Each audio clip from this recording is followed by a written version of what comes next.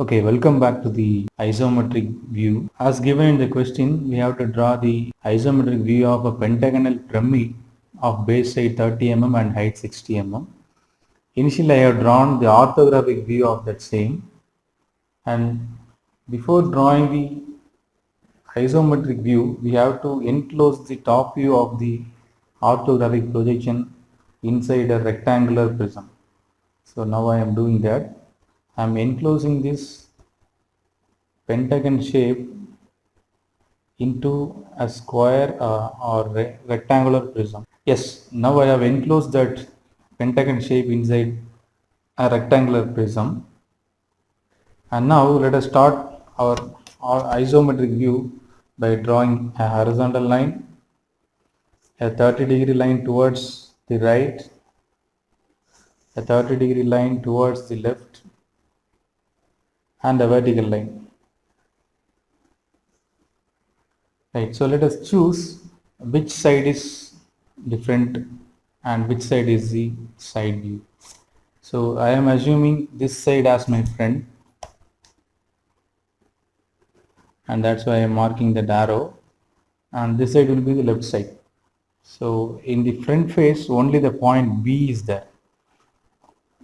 Like, keep in mind, first of all transfer the square box before transferring the pyramid. Let us measure the front width of that front width of that box, that is 48 mm. The width of the square or rectangular box is 48 mm. So at 48 mm I am drawing a square prism here,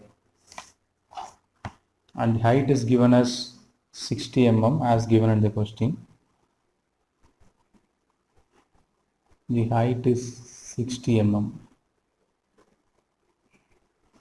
Let us draw the base face first, and here the left side box, the width of the left side width of the box is 46 mm. So here I am drawing 46 mm. Okay, then let us complete the base face first. Let us draw a line parallel to this 30-degree line.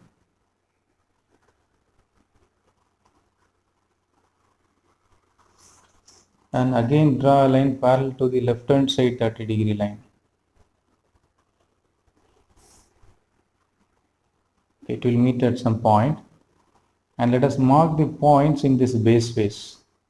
All the points A, B, C, D, E, F are in the base face. So let us try to mark the points here. I am taking the front plane first, and in the front plane I am measuring distance of the point B from the corner, that is 18 mm. So from this corner the point B is in 18 mm from the corner. So this is the point B. Then exactly opposite to the point B, D is there. So I can keep my scale parallel to this 30-degree line and mark the point D opposite to the point B. Here is B, so D is here. This is point D. And next to that, the point C is exactly in the center of this right side baseline. Let us measure the baseline, right side baseline. That is 48 mm, right?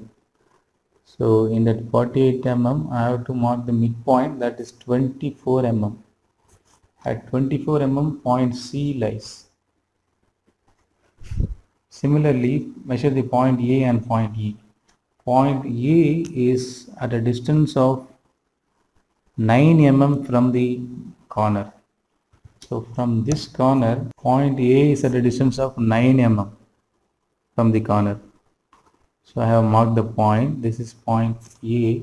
Similarly, from this corner, point E will be in the same distance. So from this corner, point E will be at the same distance 9 mm here.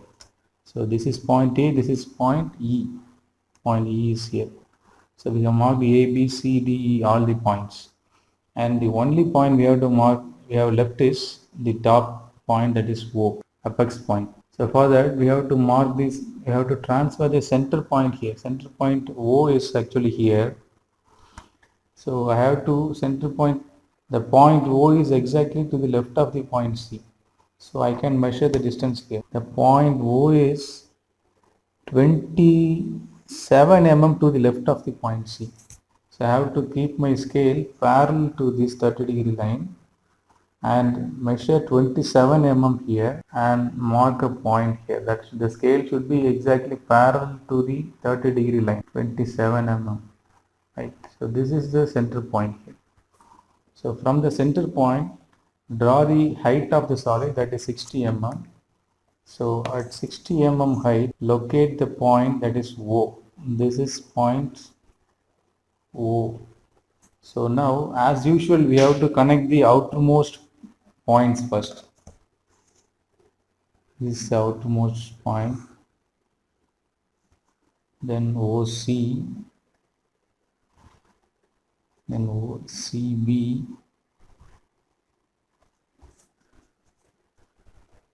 AB.